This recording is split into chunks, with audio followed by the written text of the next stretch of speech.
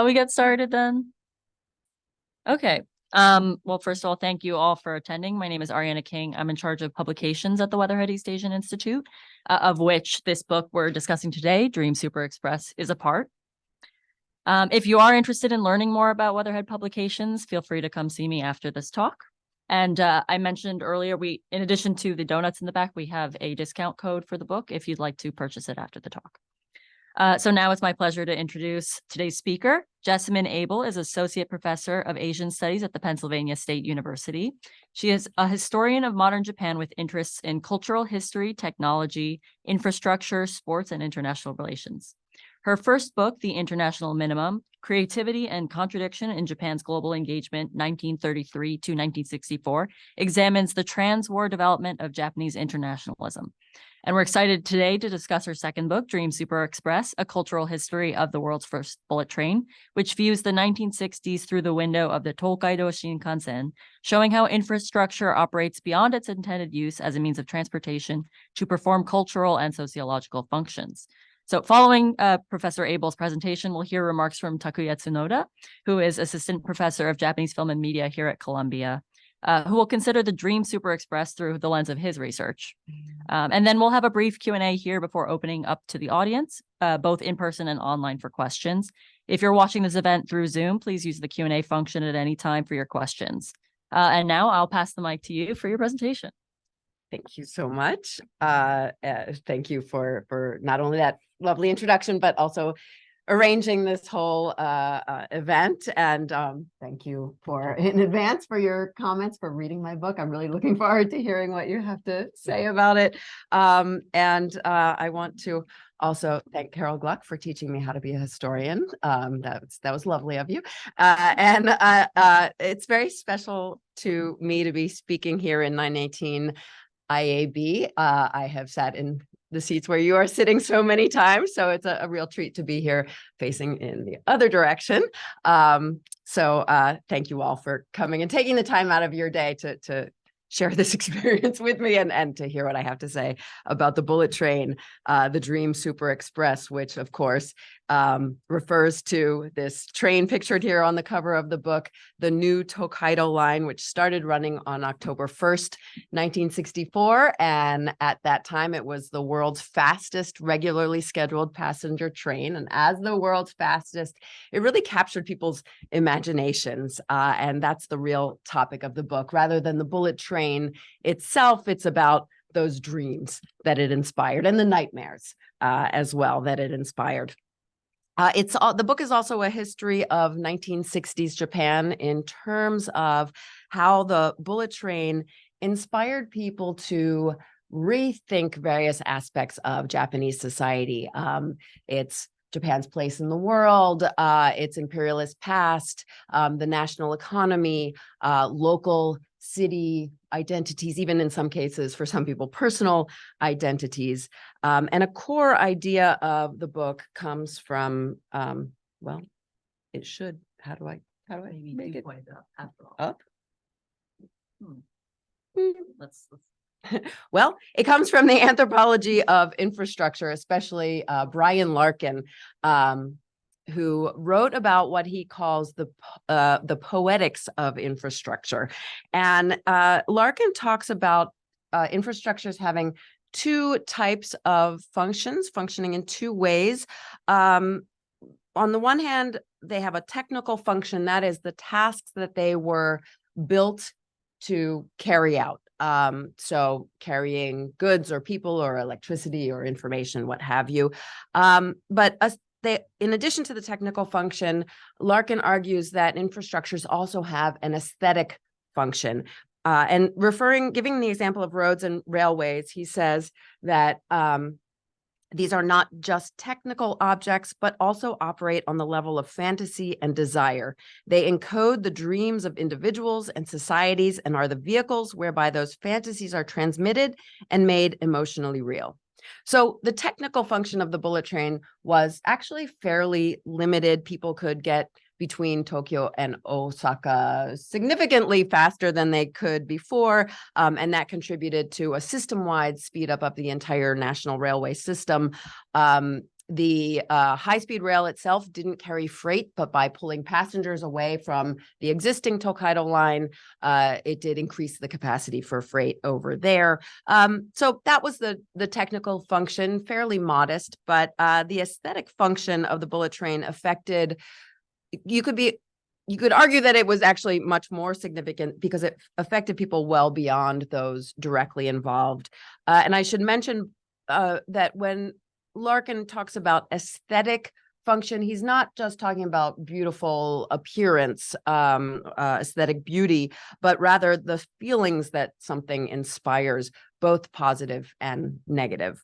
So my question for this book was, how did the aesthetic functions of the bullet train interact with major trends of post-war Japanese society? And what does this teach us about infrastructure? And what does this teach us about post-war Japan? And this book, like I think many second books, emerged out of a question that I had in researching my first book. I was writing about the 1964 Olympics. And of course, this was happening at about the same time that the bullet train opened. So I was seeing a lot of news articles with sort of breathless excitement about the bullet train. And I was like, it's just a train. Why are people so excited about it? So I decided to research the bullet train because I was kind of perplexed about what it was about this train. And it's been called a symbol of Japan in many contexts, here fairly recently by JR Central promoting the bullet train to an international audience. So the Shinkansen, an amalgamation of Japanese aesthetics and cutting edge technology, and the symbol of Japan, right? So, and you can see they're taking, a lot of the standard images of Japan, of course, the sun there, the ubiquitous Mount Fuji, the wild geese flying up, right? I mean, we all know about that one. So kind of taking that Japan and sticking the bullet train in there to be yet another symbol of Japan. So, my book argues that the bullet train became such a powerful symbol of Japan because people filled it with meanings that were important to them. And so it embodied nation, community, self in different ways for different people. And so each chapter of the book considers the aesthetic function of the bullet train within the context of an important trend in 1960s Japan. It goes from a local scope and chapter by chapter expands outward to a global scope. So it begins on the most local level and chronologically the earliest as well, with political battles surrounding the placement of Kyoto Station.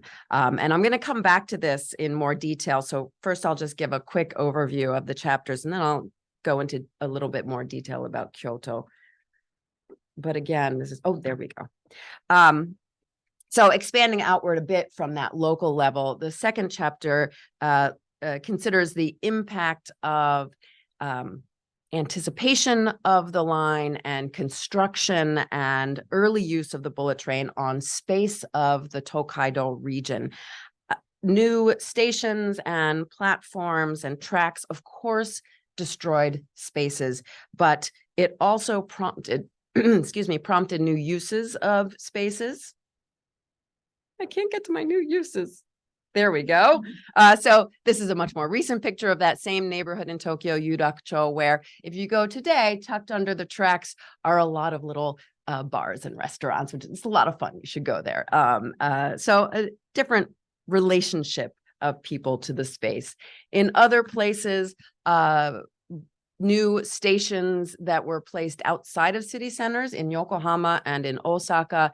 In both of those, the new station exerted kind of a magnetic pull and pulled the city outward to create, you can see here in the example of Shin Yokohama Station, it was built in the middle of rice paddies. And then the picture on the right there is a fairly recent, very different bird's eye view of the Shin Yokohama Station area. The new city center there.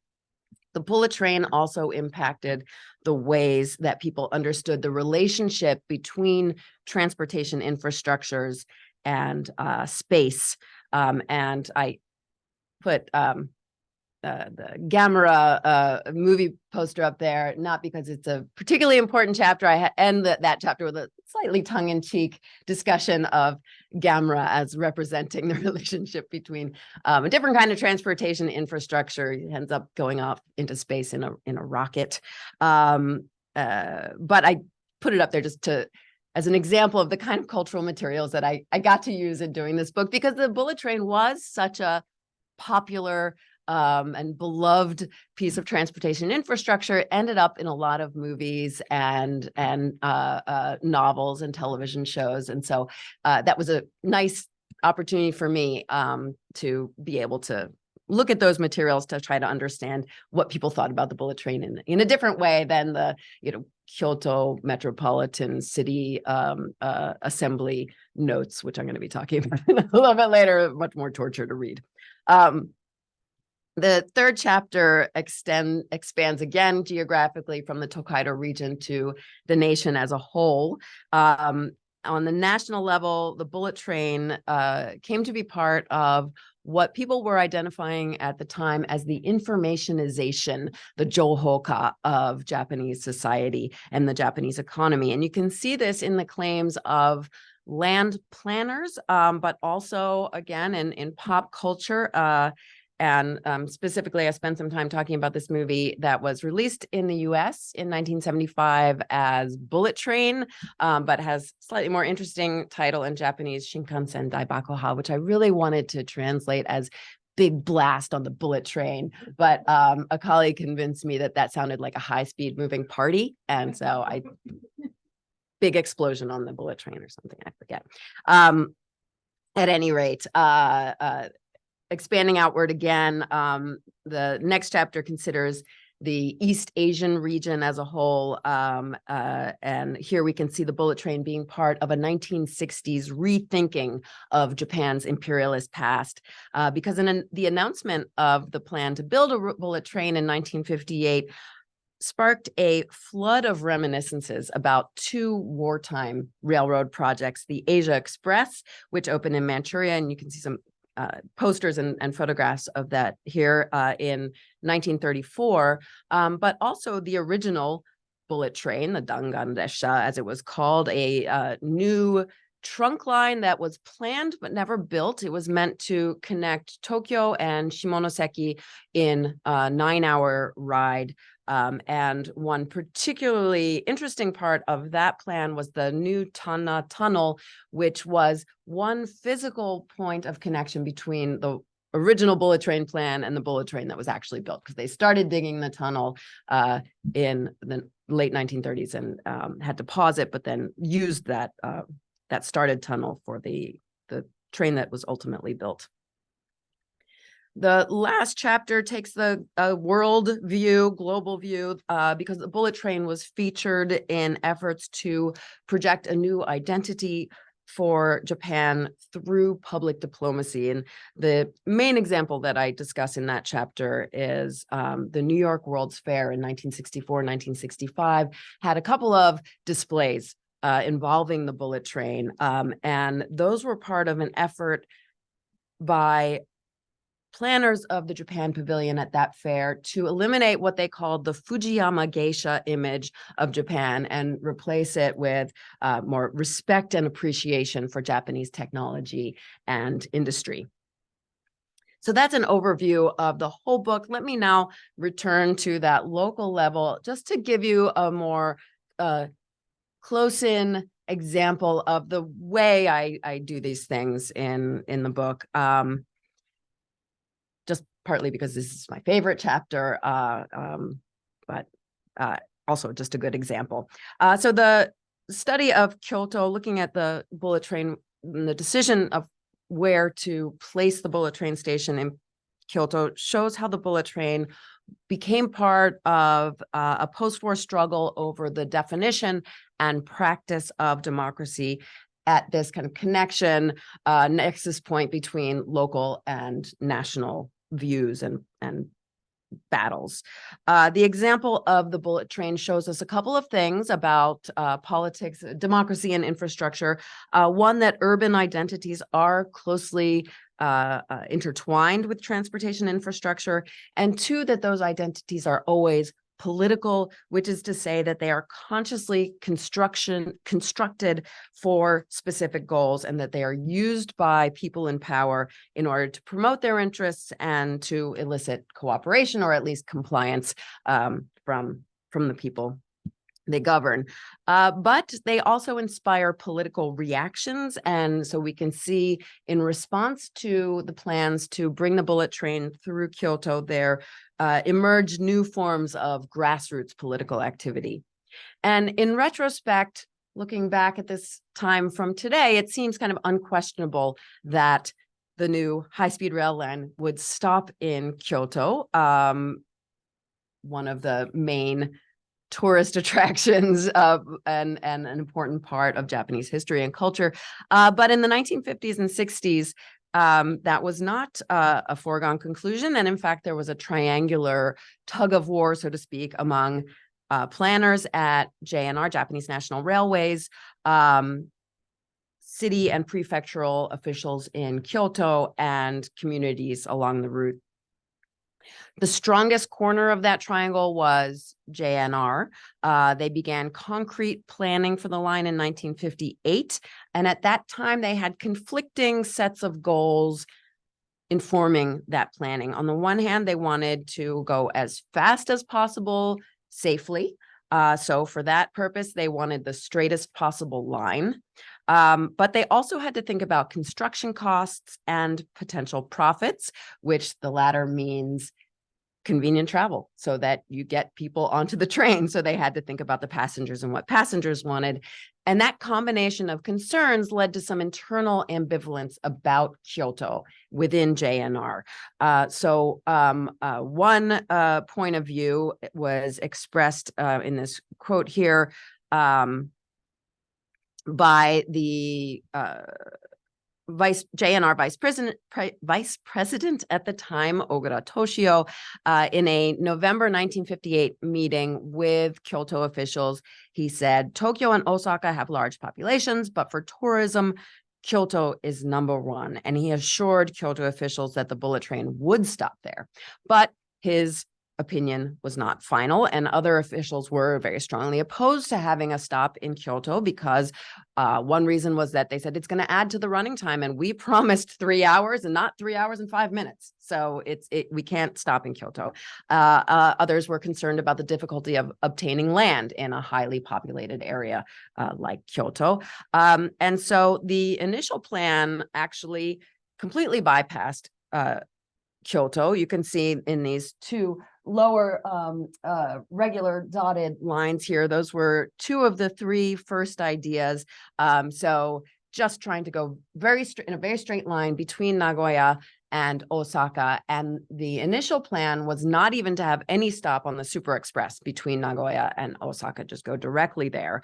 And so those two lower lines were eliminated very early on when they did some land research and discovered that the land quality was not sufficient for high-speed rail. And so those two got eliminated. And the third option was the double dotted line that you can see just below the double solid line is the actual tracks as they go today. So they ended up, the first proposal was very close to what they ended up with, but you can see it passes well south of Kyoto right here. So they wanted to cut off that little dip up. And even if it did stop, which they weren't sure it would, if it did stop at that point a little bit south of Kyoto, it would only be the more local train that stopped there, not the Tōkaidō main line, but I mean the slowest of the Shinkansen lines. The Super Express would not stop there.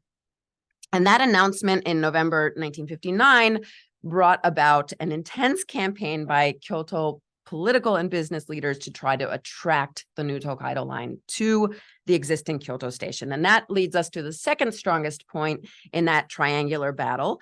The bullet train became a key element in efforts by local administrative bodies in Kyoto to rebrand their city through a whole set of urban development plans. Over the years of planning and construction from 1958 to 1964, the city assembly cooperated with the prefectural assembly and the Kyoto Chamber of Commerce to petition anyone who would listen to them in Tokyo, officials at JNR, Diet members, bureaucrats at any of the relevant ministries, to try to convince them to help them with their effort to route the bullet train through Kyoto. And the stakes here were not only the anticipated boost to the local economy, that of course was important, but they were also focused on their perceived role of the line in promoting an ongoing multifaceted effort to rebrand and remake the ancient capital as modern and even futuristic, and as they called it all the time, an international culture tourism city, the Kokusai Bunka Kanko Toshi. So in other words, while the technical function of the bullet train would be to bring passengers, city leaders wanted to borrow the aesthetic function of the bullet train to help create this new metropolitan identity. And that gave the bullet train an outsized role in determining Kyoto's future. In October 1958, before that initial route was announced, the JNR Policy Committee of the Kyoto City Assembly issued a report in which they stated, if the bullet train does not come through here, Kyoto will inevitably fall to the level of a second-rate city. On the other hand, if it stops at the existing Kyoto station, it will be an opportunity to realize our goal of having elevated tracks. So we must put all our strength into attracting it. So in other words, JNR's decision was going to either condemn the city to second-tier status, or it was going to bring this long-desired element of urban improvement, which is that they wanted to raise the existing Tōkaidō line up to elevated tracks, so it wasn't kind of, coming through the city on the ground. So making Kyoto an international culture tourism city by securing a bullet train station and other urban improvement plans became a central issue for the assembly in 1959. But to convince JNR that they should do this, they needed an argument that would appeal to the agency's own institutional interests. And because it was a national agency engaged in a national project, they also wanted to appeal to Japan's national interests. And so they developed an idea of an argument that involved saying that Kyoto is the representative city of the nation and the world's window on Japan because it combined this traditional culture and contemporary technology with a modern infrastructure in the home of the ancient capital. And therefore, they said this stop is essential to the national project, and it will be beneficial to the nation, especially because foreign visitors will all want to go to Kyoto. So you can really see the significance of the international view at work there. So they argued that the bullet train should stop in Kyoto because of these qualities, but they also, in fact, at the same time, we're talking about how having the bullet train stop would actually promote these qualities. So it was sort of a circular argument that they were making there. And because this image was more aspirational than actual, it did become the crux of urban planning policy in the center of the bullet train campaign. So you can see various permutations of this phrase, international culture tourism city, just pop up everywhere in public discussions of the bullet train route and in all of their pleas and petitions to JNR and other entities. And that rhetoric was apparently convincing to JNR because, as those of us who have ridden that train know, it does stop at Kyoto Station, including the fastest super express. So for city planners, that aesthetic function was to contribute to that identity change of the city, but how pervasive was this image of Kyoto among its citizens? Of course, building a new infrastructure through a densely populated city means that some people will have to sacrifice more than others. The Kyoto leadership's international culture, tourism, city identity, however, was less relevant to those for whom the personal costs were going to be highest. That is to say, the people who were going to be evicted from their homes, or who or their businesses, or were going to be condemned to life under the shadow of elevated tracks. So, for instance, this neighborhood in Yakatacho, which is east of the station by the Kamo River, the people of Minami Ward, I'm going to be mentioning this Rokuson shrine a little bit later, and you can see the train is obviously passing just alongside there, and especially the people of Hachijo, who were evicted from their homes and businesses on the south side of Kyoto Station for the expansion of the station for the bullet train platform. So the celebrations of success in bringing the Super Express to Kyoto were ubiquitous, but they obscure the protests and hardships and losses by people for whom the bullet train brought more harm than benefit. And for those groups, the aesthetic function of the bullet train was primarily a negative one, as an emblem of their own powerlessness within the democratic system. So local communities most adversely affected by bullet train construction were some of the most economically and politically marginalized people of Kyoto. The land for the tracks and for expansion of the station were located in poor districts. Residents there were unlikely to use the bullet train once it was built. Few of them had the leisure time or the business reasons or the economic resources for high-speed trips to Tokyo. But they were being called upon to sacrifice the most for its construction. So as much as they may have been excited about the concept of Japan having the world's fastest train and may have been willing to contribute to a major national project, that unfair distribution of cost was a little bit difficult, or very difficult for many to accept. And that inspired some people to enter into new modes of political participation and activism. And so to give a little context for that, I want to talk a little bit about the legal context, because what could people suffering damage from the bullet train do about it? The legal framework was stacked against them from the start, and it just got worse over the years of planning. So in the beginning, it was based on the 1951 Land Expropriation Act. This is a law that allowed the expropriation of land for use in the public interest. And JNR officials had publicly stated their reluctance to resort to forced expropriation, but their ability to do so, of course, still loomed in the background of all negotiations for land purchases all along the line, not just in Kyoto, but it especially was looming there in the background for Kyoto because a contemporaneous project, the Meishin Expressway, had recently shown national government power in this area. In January 1960, the Construction Ministry used the Land Expropriation Act to overcome local resistance in order to complete the purchase of the last 20 square kilometers of land necessary for the expressway. And that included land with residential buildings and a shopping district in 3 Kyoto wards where JNR would need land for the bullet train. So here in Minami Ward, the bullet train, you can see, goes through the corner of it. And thank you. In Yamashina Ward, which was called Higashiyama Ward at the time, where the bullet train was going to be coming in from the east. And then finally, Fushimi Ward looks like it'll be out of the way, but it actually kind of stretches all the way over to here. And the bullet train just kind of passes right through it as it exits the city. So because that law had just been used there, the people in those 3 wards were highly attuned to the potential for its use.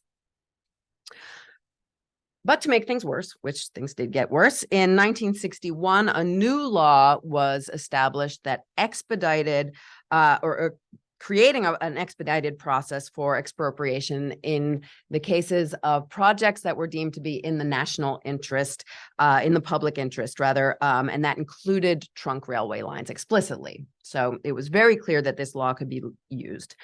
So how do we, it's hard, how do you see the protesters' views? That's quite difficult. They tended not to write down their thoughts in ways that were preserved, but we can catch a sideways glimpse of what they thought and did through three types of sources with various levels of detail, credibility, and sympathy for those protesters. One of them is the City Assembly records, which of course are written from the point of view of the administrators, but they did note all written and in-person petitions by local groups. So you can at least see by looking at these records what kinds of people were coming and or who was coming, who was complaining, and basically what did they say. A lot of them were just really bare summaries. And there was a wave of petitions from affected neighborhoods after the route was announced in March 1960. The route through Kyoto was announced in March 1960. And they have different details, but they generally either expressed sort of vague opposition, general opposition to the line, or they called for a very specific change to the route, and some focused on eviction and either opposed eviction or sought to get better help for people who were being evicted. But those people who complained to the City Assembly got quite weak support from their elected representatives, in part because local government interests were in conflict. In March 1960, so again, just after that route was announced, the JNR Policy Committee of the City Assembly asked each political party group in the Assembly to state its position regarding the route. And again, each had various details, but they were unanimously in support of JNR's plan and of having elevated tracks within the city. Those who mentioned opposition were pretty dismissive. So, for example, the Democratic Socialists, Minshato, said, let's communicate the substance of the petitions to JNR, but they added, at this point, should we throw ourselves on the fire? Like, we'll tell them there are complaints, but we want to get this done. The Assembly didn't completely ignore its constituents. They later did mediate some of the particularly tough negotiations between JNR and local groups. But for the most part, they let these vulnerable, poor, powerless citizens fend for themselves against big government agency. So given the legal context and the lack of local government support, one remaining option that some people hit upon was to go outside of the official democratic system and to build their own infrastructures for democratic expression just to get their voices heard. And we can see these reflected in two other sources, one memoir and one novel. The memoir is that of a lawyer who advised one group seeking compensation. Nakabo Kohei was a lawyer in Osaka who became famous representing victims of the Morinaga milk poisoning in 1973. And at the end of a long career, fighting for underdogs against powerful institutions, he wrote about the experience of working with some shop owners who were fighting for their rights against JNR as the origin point of this career arc that he had. So the central point of his relationship with these shop owners was about compensation. And this was one of the biggest problems for JNR in preparing to build the line, was buying up the land that they need. Many people held out for a high price because they knew that the land was needed. A lot of people just resisted selling their land for whatever reason. But many of the residents and shopkeepers around Kyoto Station rented the space that they were using for their businesses. So they were left out of that element of compensation. When pressed, JNR did offer some compensation for the eviction of renting businesses, but it was deemed completely inadequate. And one group who sought help from Nakabo went to him with this explanation, and he said, okay, I'll look into it. And he said, there's no basis for any kind of legal opposition. JNR has not broken any laws. So maybe you should have a sit-in. And he writes about this as, I had no experience in this. I have no expertise in this. I was just acting on instinct when I said, let's have a sit-in.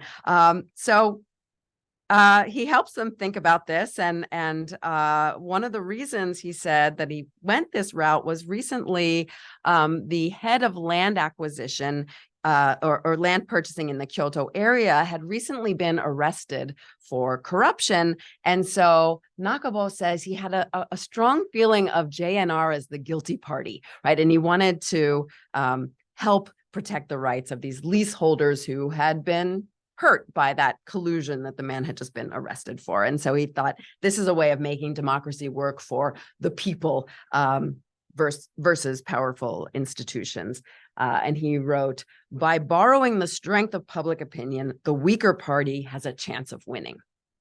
So a sit-in. So for Nakabo, working apart from the law or the democratic infrastructure was a way to make democracy real, to make it work for everyone, even the least powerful people. And so we can see this as part of the trend toward issue-specific citizen movements that was emerging at the time, and of course took on strength over subsequent decades. The other source that gives us a sideways glimpse of protesters is a lightly fictionalized account by Nishiguchi Katsumi called Shinkansen, published a couple years after the line opened. The author was already a successful novelist, but perhaps more significantly in this case, he was the vice chair of the City Assembly's JNR Policy Committee. And so he himself had gone to petition JNR and the politicians and the bureaucrats in Tokyo.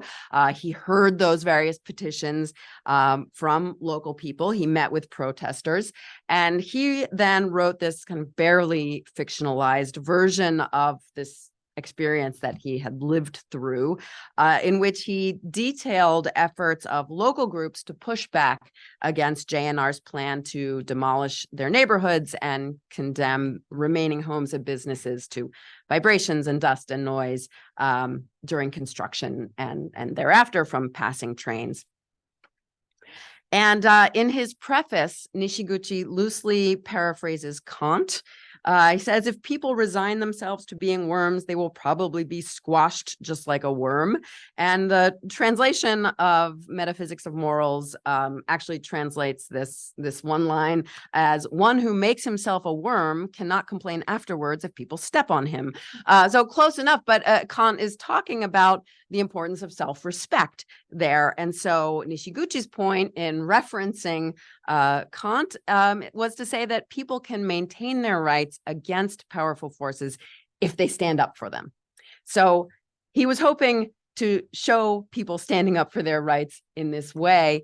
And I said it was lightly fictionalized. It's a story about a town called Kyoto, which was written with the letter Q and the second character of Kyoto. It begins with an explanatory meeting between JNR officials and local people at a shrine called Bikuson-no Shrine, where local citizens for the first time hear about the plans for the track coming through their neighborhood. There was a real such meeting in February 1960 at Rokuson-no Shrine, which was the one that you saw with the Shinkansen passing right behind it. So Nishiguchi's stance is pretty clear throughout, but one example that I think shows it quite nicely is that he names JNR's head of land acquisition for the bullet train, Mr. Minshi Shimeo, People's Land Takerman, I called him. So not a real name, but obviously he's trying to make a very delicately, subtly trying to make a point with that, I think. So Mr. People's Land Takerman tries to deflect blame away from JNR by saying the mayor and the city assembly and the prefectural assembly and the Chamber of Commerce all supported this plan. And that revelation causes kind of a shockwave to run through the gathered citizens who suddenly feel that their own representatives had colluded against them. And that leads to a discussion of how democracy works or should work. So for instance, a local grocer says, is it democratic for big shots alone to selfishly decide without consulting with the most important parties, us local people? And in response to that, Minchi says, he makes two different arguments about what democracy is all about. He says, first of all, we are here to gain your consent through democratic discussion. So yeah, this is democratic. And two, he says, well, in a democratic system, decisions of the elected city assembly are the people's opinion. So we're done here, right? This was democratic.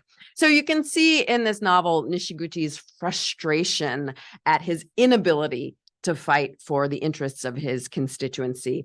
And he has JNR officials and the city officials at this meeting echo the standard claim about the bullet train's significance to Kyoto in order to emphasize its irrelevance to the people whose lives are going to be most disrupted by it.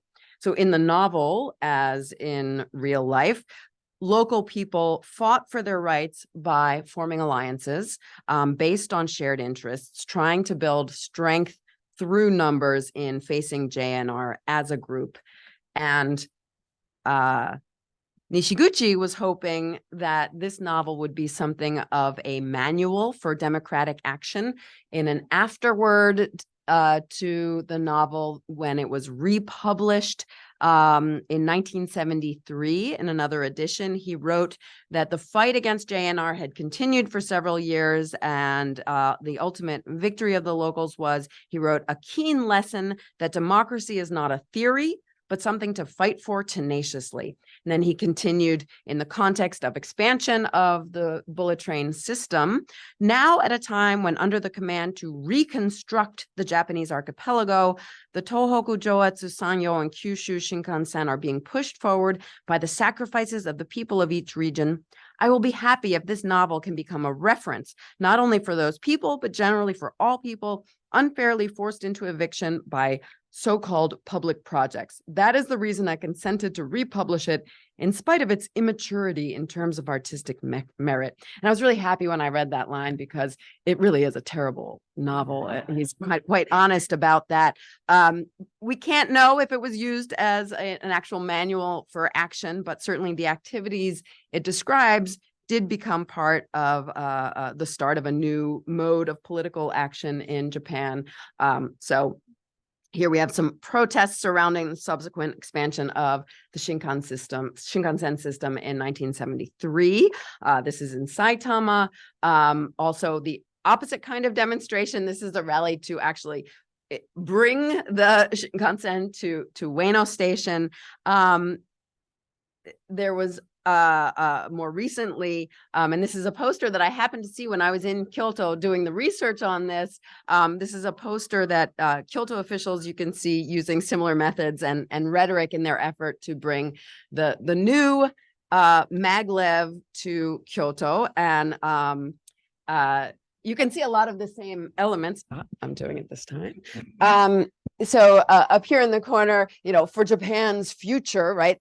This is not for Kyoto. This is for the nation, and this very sleek, modern-looking train in with the pagodas and the all these like Japanese culture elements of Kyoto. So trying very much to make the same argument that was made, obviously much less successfully this time, since that's not going to happen. I'm not even sure that whole train is going to happen at this point, but who knows? So this is just kind of a reminder of the contingency of history, that the bullet train might not have gone to Kyoto, as the maglev also probably won't go to Kyoto. That's all I have to say. I'm really looking forward to hearing your comments and hearing questions from everybody else. Thank you.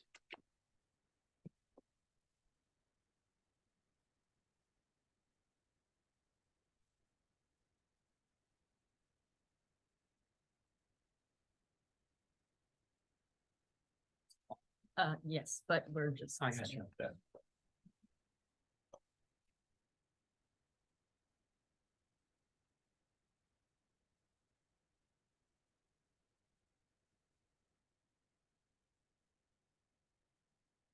Okay, and here's the clicker.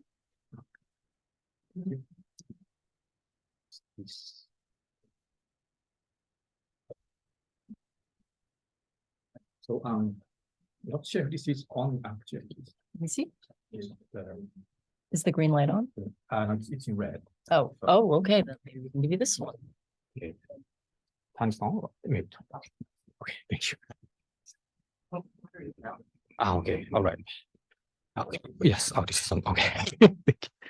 All right, thank you very much for your wonderful presentation as well. And also, I would like to thank first the Weatherhead Student Institute for this, and in particular, Ariana, for organizing this this wonderful event. And it's an honor to be able to join this occasion as a discussant, and to have conversation with the Dr. Jessamyn Abel, and also of the book, and as a participant of the events on her latest book on Shinkansen, the bullet train, such an important topic which serves as a spatial temporal connecting nodes that comprise postwar Japan in a number of ways. And I would like to keep my response short. I have just a couple of slides for the purpose of the visual entertainment, perhaps. And as a film and media historian, I would like to use this opportunity to provide something like an humble appendix to her research, perhaps from a film and media studies perspective, in hope of facilitating conversations on this, again, very engaging work and topic on Shinkansen. Okay, and as you heard, the Professor Dr. Abel talked mostly about the chapter one, this kind of political, the complexity of how Shinkansen is going to get established in Kyoto Station. But the book itself, it's incredibly well researched on this topic. And what struck me in particular is the unique analytical lens she devises by looking at both institutional or the governmental records and widely populated and widely popular fictional works, as we saw in the presentation as well. So the governmental and the municipal level records and the fictional novels as well in her study. So this enables to conduct in-depth analysis not only on material or the technological domains, but also on the political premises or the aspirations and the popular imagination surrounding Shinkansen. And I found it quite effective as her study delineates the cultural meanings of Shinkansen. So I would like to tackle this idea of surrounding the cultural meaning later on too. And this makes me think about the importance of the way in which the book situates the infrastructures, as Dr. Abel started off with the reference to the Brian Rankin, and that's Brian Rankin and others convincingly argue, that materials themselves, so infrastructures are materials themselves that also enable the movement of other matters. So no question this technology slash the poetics or technology and aesthetics duality that I'm sort of making reference to, but this is also a duality of infrastructure, being both objects and the relation between objects. And this duality itself evokes the need for media studies to delve into infrastructures. That's the basis which points towards the making and operation of the system. So that without infrastructure, there's no system for media historians to sort of pin down the subject in a way. So even though this book is not necessarily intended to be approached or read as a study of media, I found this research method demonstrated in this book deeply resonant with the current concerns shared in the field of media studies. So it's a wonderful addition to those in film and media studies. And just a very quick note, I just put these slides up there. The book already also alluded to, as she showed wonderful posters from the 1960s and 70s from Japanese films. But the link between the train or railroad infrastructure and the cinema goes all the way back to the inception of the medium, cinematic medium itself, especially given that there is a widely shared historical account that suggests that the history of moving image began with the image of moving train or locomotive. I don't have it in a clip here, but this is the as it appears, it's the Lumiere brothers in France. It's actuality footage of locomotive train arriving at the La Ciotat. station. So the moving image of train served as an enigmatic symbol, again, or perhaps this cultural meaning of how modernity was lived and experienced right around the turn of the century, corresponding to the right's emergence of the cinematic media. And another point of connection would be that of vicarious or embodied sensory perceptual link between the train riding and film viewing, as numerous sort of variations of so-called phantom ride genres that were made back then in Japan as well. And also this parallel between the film viewing and the film screen. Sorry, the car windows and film screen. So and there are many examples of train appearing in films made in Japan. And again, one of the examples demonstrated already in Professor Abel's presentation too. And Godzilla is also another example too, that we can perhaps easily think about. And the High and Low by Kurosawa, Akira Kurosawa, also made in 1963, revolved around the train ride as well. And so good. Thank you. This is in the sound is muted and it's basically just in a loop. So for the purpose of refocusing the issue relevant to this book, I move on to think about the keyword proposed in the book, speed or speedo in Japanese, in relation to this particular context of the films from the 1960s.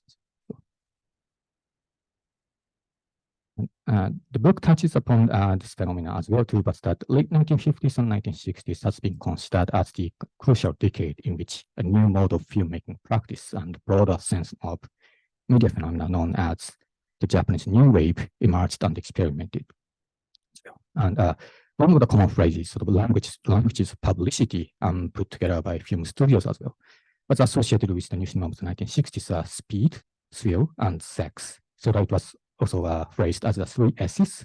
And I know the thrill doesn't quite work in English spelling, but in katakana, Japanese, so the phonetic and alphabetization system, it starts with S, so speed, thrill, and sex.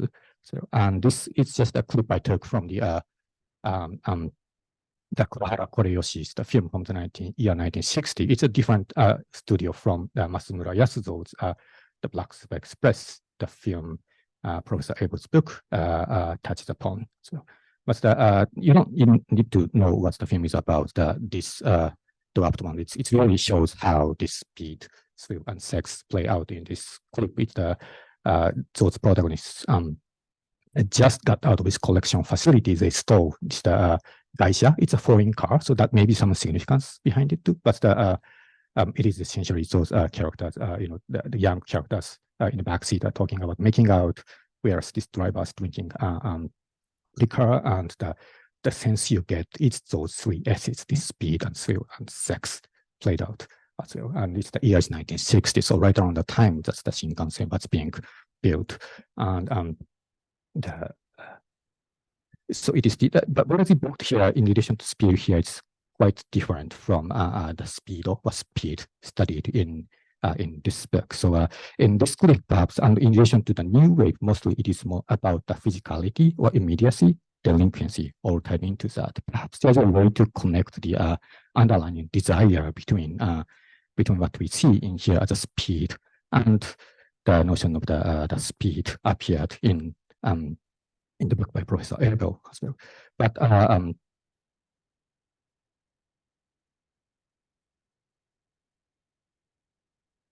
But one element I would like to sort of foreground. I wanted to this is a poster, another one as the corner. The poster titled Kurono Chō Tokyu, again the Black Super Express, directed by Masumura Yasuzo, who is very often considered as one of the key players of this the new cinema movement in Japan, who studied filmmaking in Italy in the 1950s, sort of self-claimed and also widely acknowledged the modernist representing the era of the new wave filmmaking.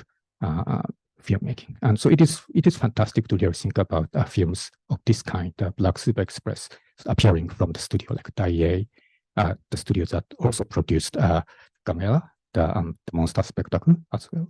And it is very different kind of film that we can think about, this Black Super Express and another Masumura film that he was making in the late 1950s and in early 1960s as well. And it is the crime thriller in a way, but Professor Abel's book is talking about this is not so much about the murder cases and blood. It is more about the information crimes. So it's the status of the information and its implication being the subject matter of the film.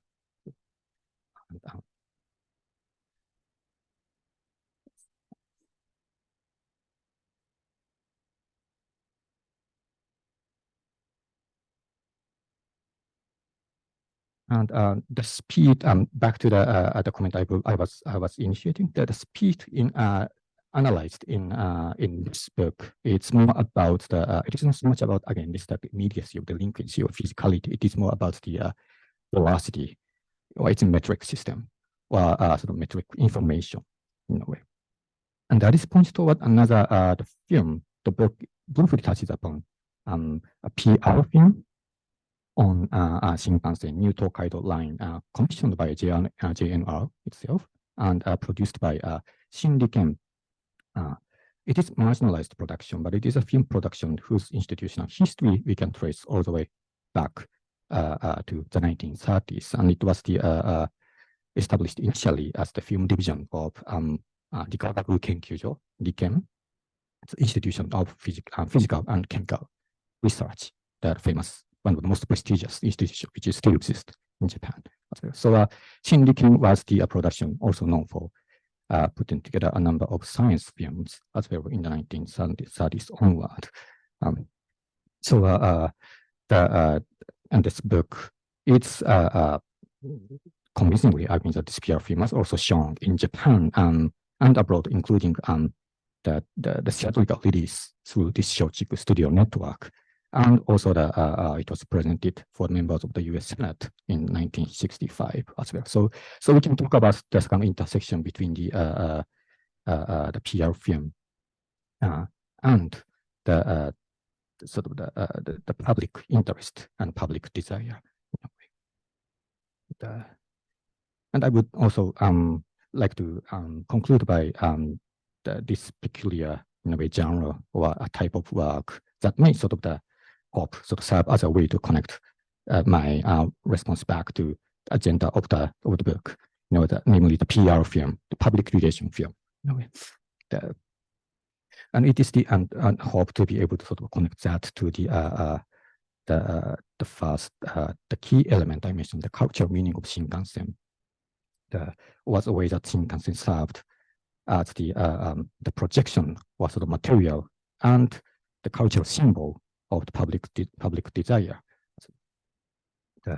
And Han Kyung-jin and others sociologists argue that PR, which is also immersed in the post-war Japan, effectively replacing the term koho, the advertisement or the publicity or perhaps propaganda, depending on how we would like to translate. So the PR as yet another sort of the post-war phenomena that we can sort of tackle as a form of communication through which the public gets articulated as the specific other, which then emerges as a laborer, citizen, consumer, user, stockholder, etc. as well. So that in other words, the PR points toward the governmental or corporeal or the corporal or the legal or critical, so that the process of the configuring historically specific semiotic system. So in addition to this, the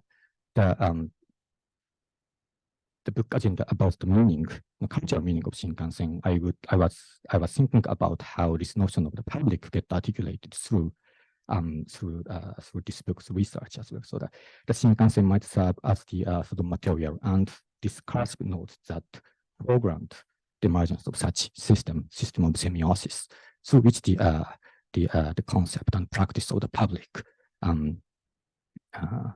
surfaced in a way. And the first chapter to this talk about Kyoto is a wonderful example that just demonstrates the possibility for me. So to show this is just again a bunch of screen grab from this the PR film that I had a chance to watch, and Professor Abel's book does touch upon that as well too. So instead of again those the speed sections where what we get is the operators and engineering sort of operating this very system of Shinkansen here, and instead of those talking a little bit of the aesthetic dimension of the film to the film form as well too, but that what we get is the number, again velocity, the Resha Sokudo. So this idea of almost like a forensic or scientific approach to this the new bullet train as the technical phenomena as well. So yeah, this is pretty much about the again also the chapter 4 in which she talks again wonderfully this the nostalgia of this imperial Japan, and this the PR/Koho duality is another element that the book that evokes me to sort of think over as well. So yeah, this is pretty much it. Thank you so much again for sharing wonderful work with us.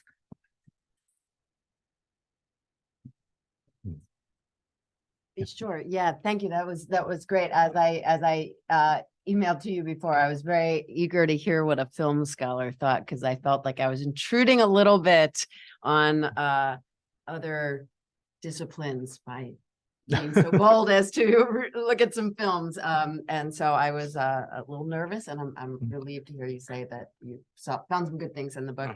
And I'm glad you brought up the JNR PR film.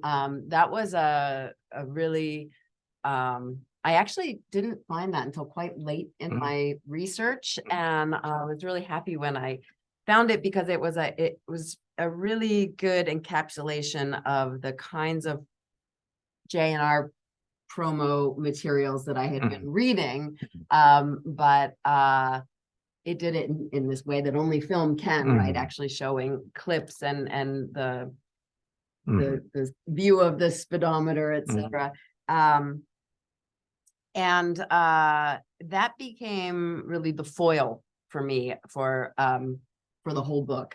And so I talk about it in the introduction to say, this is the image that JNR was promoting. This is what they wanted people to think about the train. And it's a lot of they were very successful in promoting that idea. It's out there in a lot of places. You see it everywhere. But every single other film that I talk about in the book has a very, very different view of what the train means. And that was one of the things that kind of made me it helped me think about the way that this kind of just train, it's just a train. It's just that this object could be imbued with so many different meanings. And here JNR is trying to, and actually, oh gosh, I'm forgetting the name now of the scholar who's written about the Project X on the bullet train. He does there's a very nice study of it's sort of thinking about what they're trying to say about Japan, very triumphant tale. And then all of these films are about, this is tearing apart Japanese society. This is tearing apart communities and neighborhoods. This is making people turn to a life of crime, right? Like, and so it's really, it was very useful to have that film that I could talk about in the introduction and say, look, this is what people think. And there were all these other people talking about these other things. So I appreciate you bringing up that film. Thank you very much. Yeah, thank you. Okay. Yeah, maybe it's better to perhaps open. Yeah. So if I may, I actually had a question of my own that sort of ties both of your fields together. So I was really interested, you talk about techno-orientalism in the book. So basically, and this is something that Japan is willingly feeding into. It's orientalizing itself in a sense by depicting the country as this high-tech place, and the bullet train is a symbol of that. I wonder if you're aware of this Hollywood film that came out, I think either this year or last year, called Bullet Train. Yeah, I think I might have come across that one. Yeah, so I would think maybe. And it's kind of funny, other countries have this high-speed rail now, but Japan still has this high-tech image. It was the first high-speed rail, but it doesn't seem to be the most high-tech still. So what is it about Japan that has, I don't know if you have in particular insight based on your research, but why has this image stayed so strong of the super high-tech, super express throughout the years? Well, in part, it's because of that very successful PR. So they were doing it, not just with the bullet train, but all sorts of things. So, for instance, the planners of the Tokyo Olympics in 1964, I mean, also 2021, but in 1964, we're saying, oh, this is great. This is a 10-day advertisement for Japanese industry. And in fact, if you look at any pictures of the 1964 Tokyo Olympics, you'll see a big Seiko sign under any timekeeping device, because all of the timekeeping devices were made by Seiko.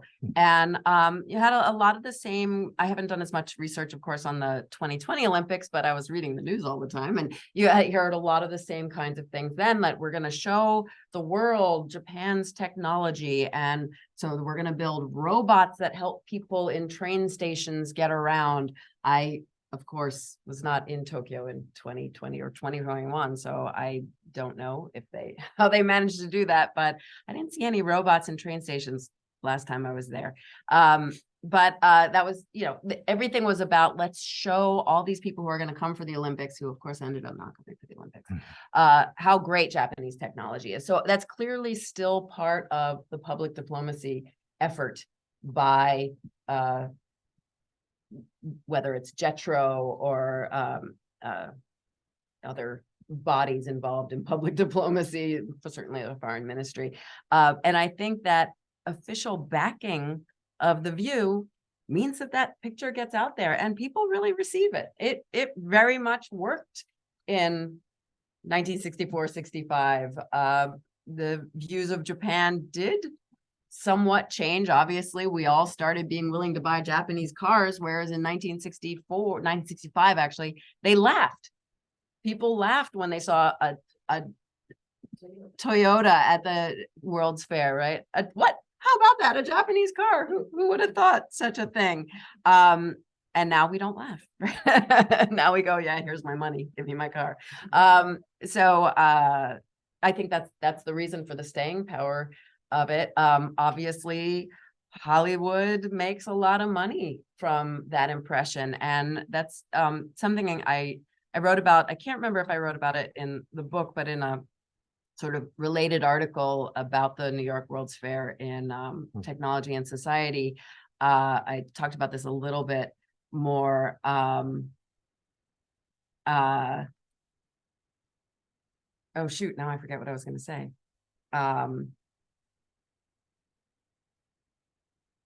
Oh, yes, right. That as much as they were trying to get rid of the Fujiyama geisha image, and they said that many times in their planning materials, they definitely were anti that. It wasn't only JETRO and friends planning the Japanese pavilion. They actually had 3 buildings, and one of them was a Japanese industry consortium that just were showing their own goods. And another one was a restaurant/entertainment venue. And the restaurant/entertainment venue had, sukiyaki, and it had a woman in kimono performing a tea ceremony that for an extra $1, you could go and watch the tea ceremony. And they also had a model of Nikko, I think it was, small.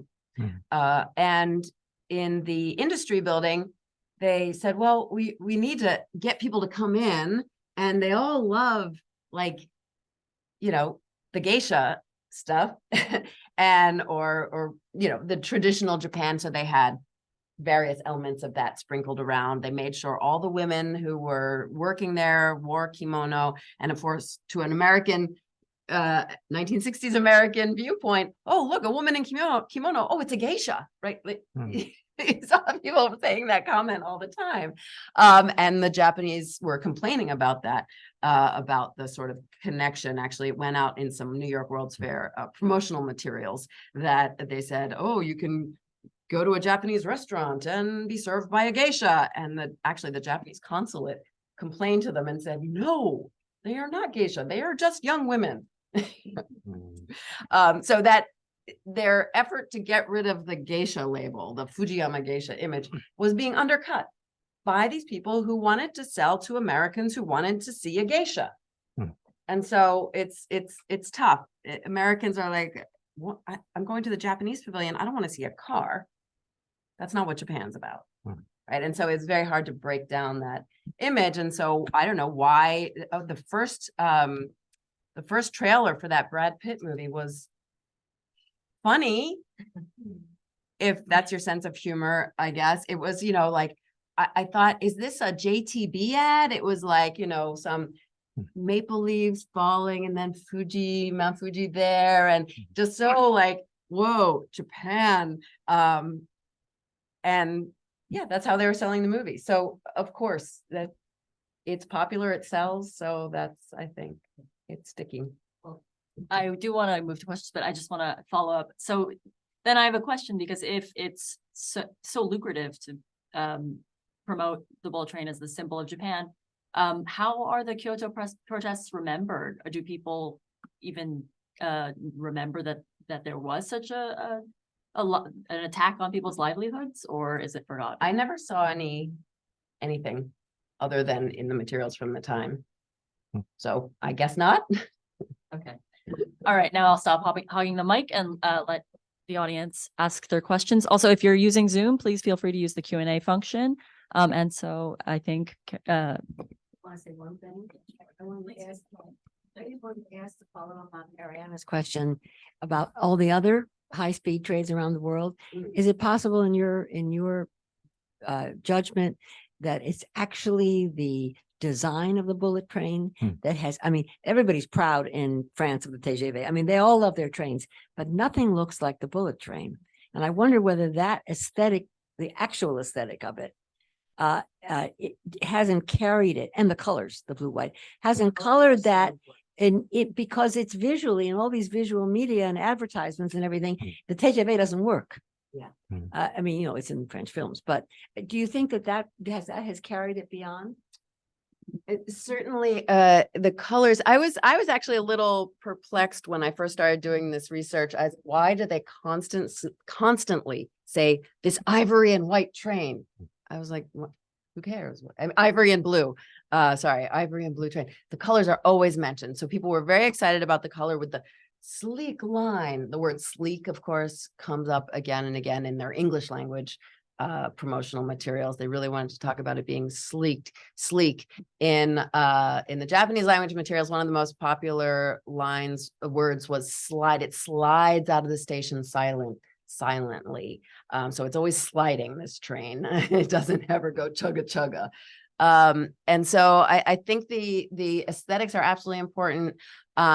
People do, with every new train, there are fans and detractors. Right?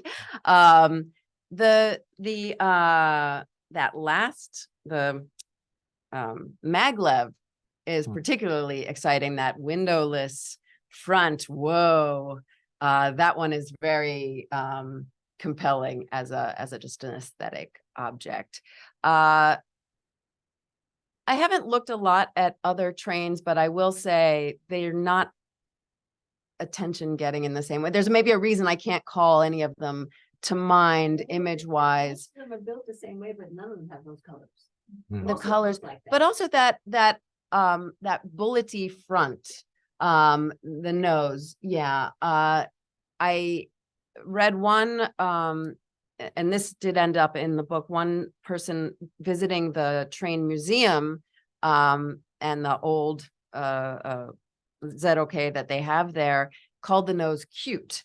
It wasn't called cute at the time. It was always sleek or something like that. But now looking back, it is cute. So it no longer exudes speed and sex and thrills, but it's now something that we look back on as cute. So it still has an aesthetic appeal. And I think that is part of what makes it more than a train, more than just a train. Well, I thought it's just this is also an interesting topic that we are talking. I'm pretty sure, and in terms of the contemporary bullet train, that we may want to factor in the way how it's called cliche works as well, and this template culture in the contemporary 21st century too. So it's a bit perhaps complex element on top of this book's research, I assume. But in addition to this book, I would say the different chapters. That's not from chapter 1, but about the rise of information industry, in which which also pointing towards this very specific sort of formation of knowledge known as the futurology, the miraigaku. So it's kind of temporal axis constantly being the undetermined future in a way, and that was to some extent it's a sort of pseudo-scientific way of resituating how to sort of quantify information, etc. as well.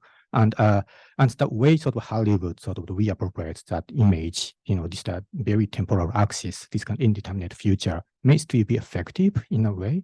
And also made me think about how Godzilla turns into part of this the monsterverse the franchise in Hollywood. So it's no longer, it is extension of the Godzilla from 1954, but from 2013-14, just this virtual, yet again, sort of futuristic, this universe known as the monsterverse. It's completely, to some extent, transhistorical universe in which this King Kong and any kinds of monsters coexist together with Godzilla. So yet another sort of appendix to think about how important to really the symbolic cultural symbol of the Shinkansen, in contemporary global culture in a way. And also that link between the kind of the aerodynamic design and the way Muji and so-called the minimalist and Japanese aesthetic sort of the combined perhaps as a way of as a language publicity may be related to but this is still half-baked idea. Sorry, but yeah, it's interesting. Yeah, right. Yeah. This is a little bit more of a logistical question, but you talked about the need to appeal to Americans in America in the 1960s. But my understanding is it would have been much harder for Americans to physically get to Japan in the 1960s than today. And so in these discussions of Kyoto as a tourist central, who are those tourists? Where are those tourists coming from in the 1960s when the bullet train was being built? There were starting to be Americans coming. They were certainly hoping, this is 1964 is coming, right? So they're hoping the entire world is coming to Japan. So there was this sense that people are going to come to Japan. It's really far away. Most people have never been there. So if you're going to Japan, you're not just going to go to Kyoto, watch a bunch of sports and then leave. You're going to travel. Right. And where are you going to travel to? Well, if you go to Japan, you want to go to Kyoto. Right. And so they thought we got to make it easy for people to get to Kyoto. And so that was a big part of it. But they also thought people should ride the bullet train.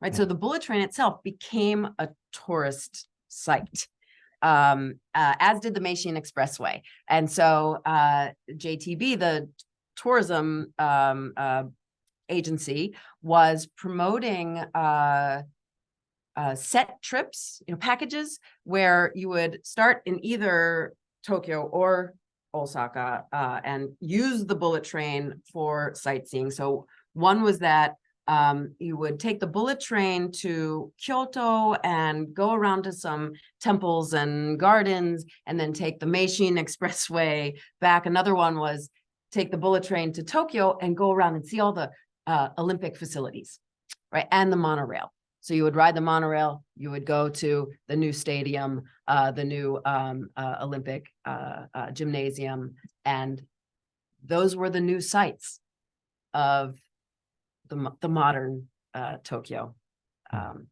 So definitely some Americans, but it was also more this imagined future foreigners coming here.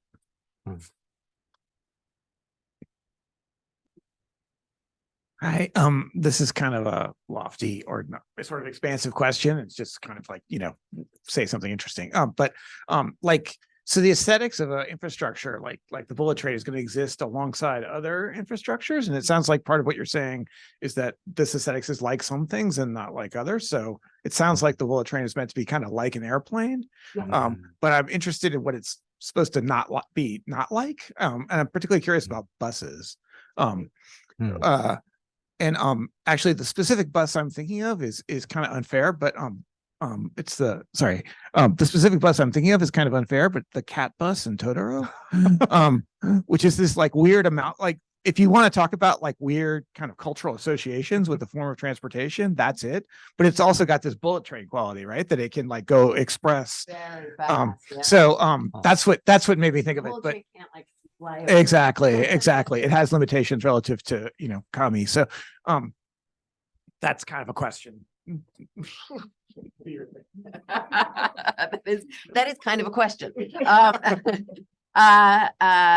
Okay, so it's definitely always compared to airplane, airplane style seating, the nose like an airplane. In American outlets, they obviously do not talk about it as a train because if you've ridden in a train in the United States, it doesn't go fast, right? And so they were like, oh, it's like riding in a rocket ship on ice. Okay, that's the best they can come up with, right? So definitely positively compared to airplanes and rocket ships. Actually, in competition with airplanes, they were definitely thinking about, okay, it takes this long to fly from Tokyo to Osaka, so you have to make it worth getting on the train instead of flying. In terms of costs. Also, so the bus is interesting because they were also definitely connecting it with the Meishin Expressways. These are both brand new, like this is the modern way to get from one of these to the other. And so there were new high-speed bus routes established because you could get on the Meishin Expressway and get there. So it was actually quite similar. I love the idea of the cat bus and the bullet train both being symbols of Japan for maybe somewhat different audiences, small children and people with small children. I definitely. Yes. Like a very hyper-local. Hyper-local. Yes, certainly. But I will say that when my 3-year-old niece came and visited me in Tokyo ever so many years ago, we did go and check out the cat bus in the museum there, and that was the highlight of her trip. So yeah, my sister-in-law wanted to take the bullet train. Well, I see 2 hands, but Oh, now I see 3 hands. I'll let you choose. Oh no. Thank you very much for your talk. I have 2 questions.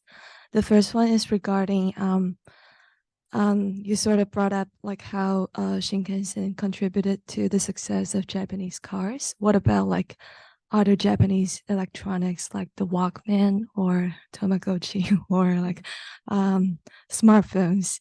And the second question is regarding did the construction of Shinkansen take the geography of Japan into consideration? In particular, it's kind of mountainous landscape, but also earthquakes. Yeah. Okay. Yes. 2 good questions. Okay. So it absolutely did contribute to these other aspects of Japanese technologies and industries, insofar as they were all part of that same project, right? And so if you look at the New York World's Fair materials, which I did, there are bullet train displays there, but there are also there was a computer there, so they were pretty high tech by that time. So there were also a lot of very small electronics there. And that's something that American commentators talked about a lot. So if you read reporting on the World's Fair, they say oh, the things you can see in the Japan pavilion are the world's fastest train, the world's largest ship, the Nissho Maru or something like that, a model of it, not the actual thing, and tiny televisions, right? And so they had the tiny little electronics there as well. And so all of those together pull people in with the women in kimono twirling parasols, and then they'll be surprised at the superpower microscope that they have on display there and other things. So yes, absolutely, it helps insofar as it's one more thing that's part of a broader effort. And in terms of taking the geography of Japan into account, absolutely. I mean, they have to, and that was the one thing that determined the route, that they had this much longer route and that they went to Kyoto because the land was just not conducive. They had to get across the Suzuka mountain range, and there are only two places that you could do that. And they checked one and the land wasn't solid enough. And they checked the other, and I don't remember why they said no to that one. But the same thing happened in Gifu. They were going to pass way below. So in the old Tōkaidō line goes way up in Gifu and then back down and out toward Lake Biwa. And they were going to cut out that entire peak. And there was some political machinations there to try to pull it up into Gifu. But also that low line, they discovered the land was too swampy, right? So there you go. We're not doing it there anyway.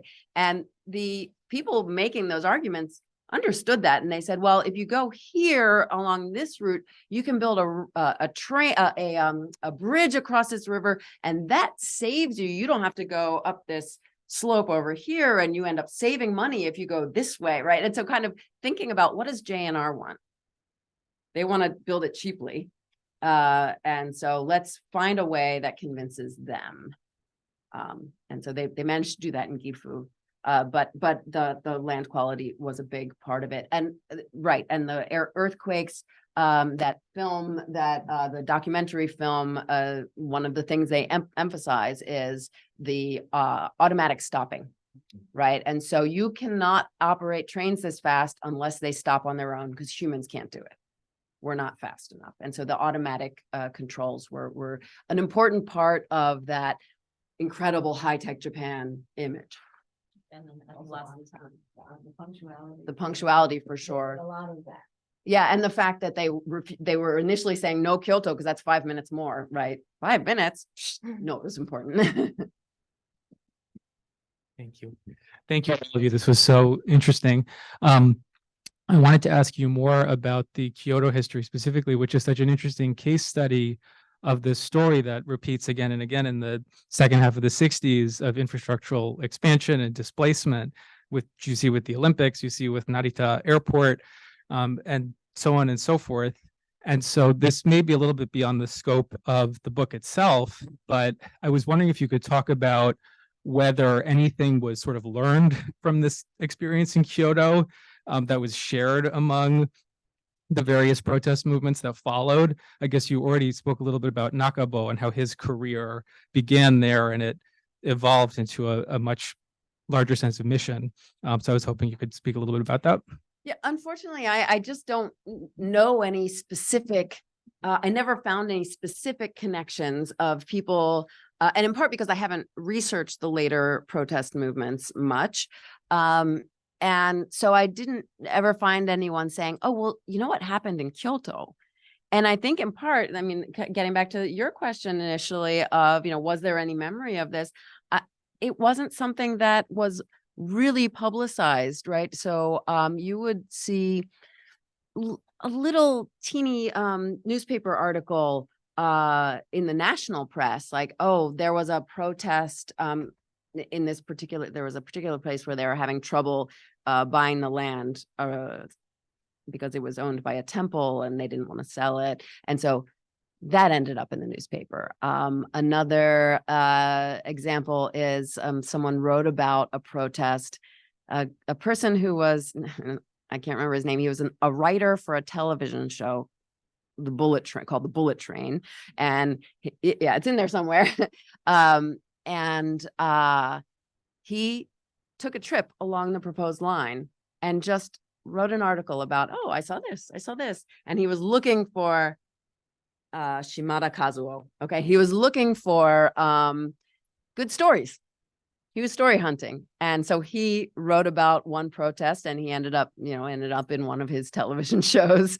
And so to that extent, I know it was on TV, right? Some of these things, he didn't really, I'm trying to think, were there any?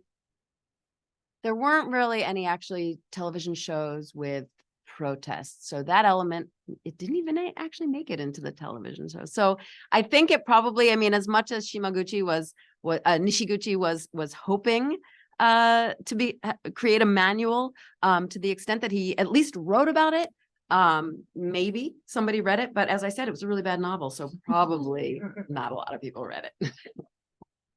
Okay. Yeah, thank you so much, everybody, for coming. There are still some donuts in the back. And again, the code for the book, if you're interested in purchasing it, thanks to Stanford University Press, who published this book. So. Oh no, where did the paper go? They really wanted, oh, someone's going to buy my book. Okay, well, if you would like to know the code, please come see me after this. All right, thank you all very much. Thank you. Bye. Thank you.